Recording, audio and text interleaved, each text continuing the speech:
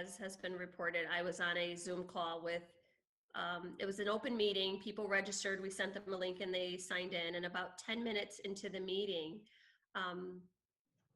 someone comes on and they start telling me shut up and using the N-word. And my staff was able to get them off the call. And then another person unmuted their line and started to play just offensive music that, again, it was like the N-word on a loop. And we got that person off. And I think there were about 4 people. So one right after the other, they came on. How it left me feeling was, I think I didn't realize in the moment that I kind of just continued as if nothing had happened. I continued the meeting. I answered the question. I told everyone, you know, I'm fine. Don't worry about this. And it was almost as business as usual. And then when I got off the phone, I realized that this is not okay. And for me to treat it like it's normal, for me to not have a reaction, for me to, someone reached out and said, do you plan to do a press release about this? And I was thinking about what I would say and thinking about the legislation. And I said, no, this is not about the legislation. This was personally offensive. And we need to have a conversation about why this is not okay and why I'm not okay. And I just started to journal last night and literally turned that into a Medium article, an op-ed this morning, and published it. And in your op-ed article, you talked about having to prove it happened. So speak to us about that. Speak to us about posting the screenshot. So I hadn't really thought it all the way through when I posted the screenshot, and obviously didn't expect it to gain as much traction. But so often when you try to describe racism or discrimination, people want, well, tangible. How do you know? And sometimes it's like, I don't know what that looks like, but I know what it feels like. And I don't know how to explain it to you that this happened.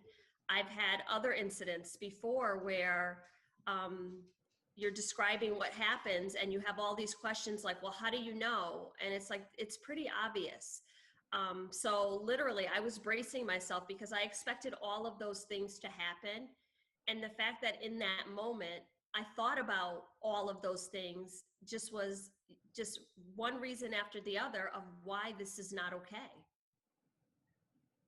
And you also say in the op-ed, I'm not okay that I will have to delicately explain to people that this happens here. Right. Can you draw on that? Because I hear so many people say this doesn't happen in Connecticut. And obviously it weighed heavily on the fact that, first of all, I didn't want to bring more attention to it. I didn't want the people in Newtown to feel bad about it. And I didn't want the people in the state to now feel on the defensive.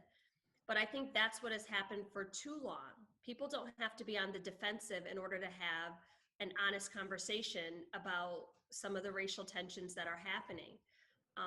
But it does happen here, and people do experience this. And it's not just, I don't want people to think of this as just an isolated Zoom incident. There are people who experience this in the workplace or in the grocery store or in our communities. And the fact that we're not calling it out and people are so bold as to give their real email address and log into a meeting and make these offensive slurs means that we all have to do a better job of not only being accountable for our own actions, but making sure that we create spaces where people know it's not okay for you to do that here. It's not okay for you to tell that joke. You can't talk like that in front of me. And I think all of us have a little bit of a responsibility there. And last question, and you did touch on it a little bit more, but maybe we can go into any other types of specifics. But you had mentioned in the meeting, it was business as usual. You guys didn't really address the underlying issue, which, as you said, is that pockets of racism and hate still exist. What can be done here in our own backyard to fight that? That's right. So after the comments were made, I felt so bad for the people on the call, and I just went back to answering the question. And people talked about how they touched upon the fact that you handled that with such grace. And I realized that I was sending a message that this is all you have to do is ignore it until it stops and then continue where you left off. So I think what I would like to see moving forward is, I mean, at every level, I talk about, towards the end of the op-ed that I wrote, I talk about, you know, my grandmother would have handled this by just praying.